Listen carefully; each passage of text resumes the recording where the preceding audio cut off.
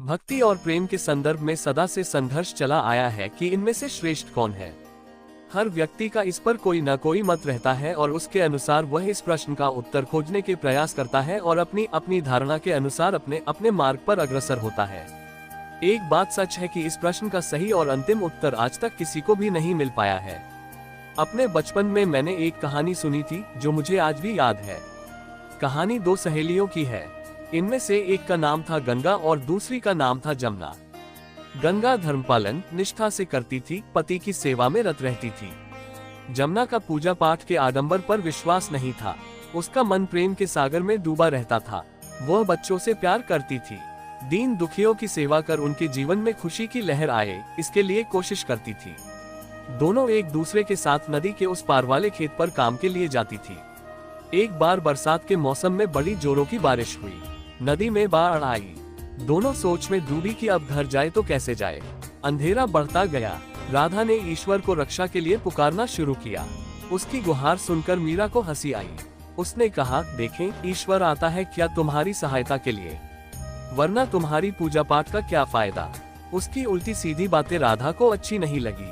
उसने नदी का पानी अपनी अंजुली में लिया और प्रार्थना के लिए आंखें मूंद ली। मन ही मन उसने ईश्वर को पुकारा। अचानक एक अनोखी घटना हुई।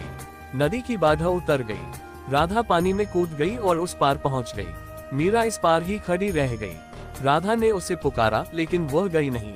नदी की बाढ़ फिर उफन कर आई। मीरा उस पार गई नहीं क्योंकि सवाल उसकी जान का नहीं था, सवाल पाप और पुण्य का था। वह सोच रही थी, मैंने कोई पुण्य का काम किया है क्या? मैंने तो केवल सब पर अपना प्रेम लुटाया है।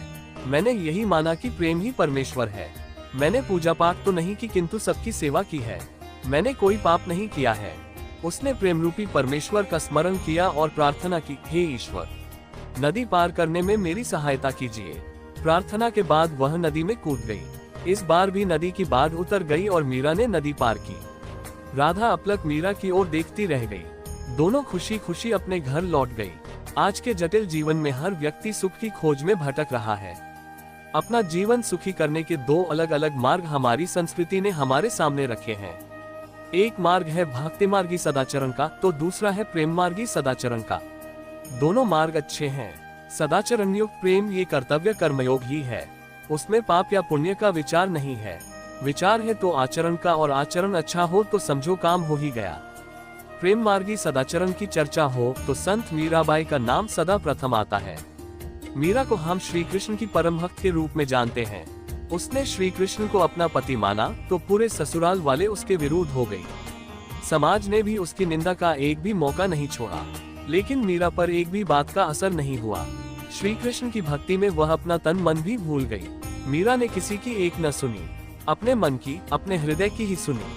एक बार दिव्य विशाल प्रेम का, ईश्वर के प्रेम का साक्षात्कार हो जाए तो राजमहल, हीरे जवाहरात, नौकर चाकर जैसी भौतिकी चीजों की कीमत ही नहीं रहती।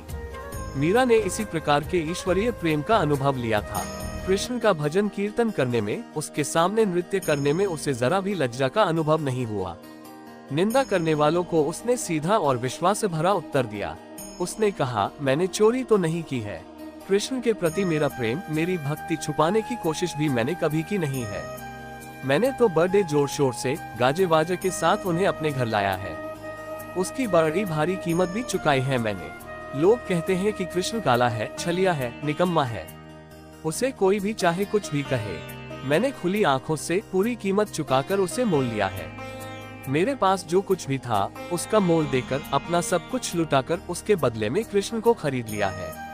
मीरा का कहना बिल्कुल सच है। पहले तो भक्त ईश्वर का दास होता है।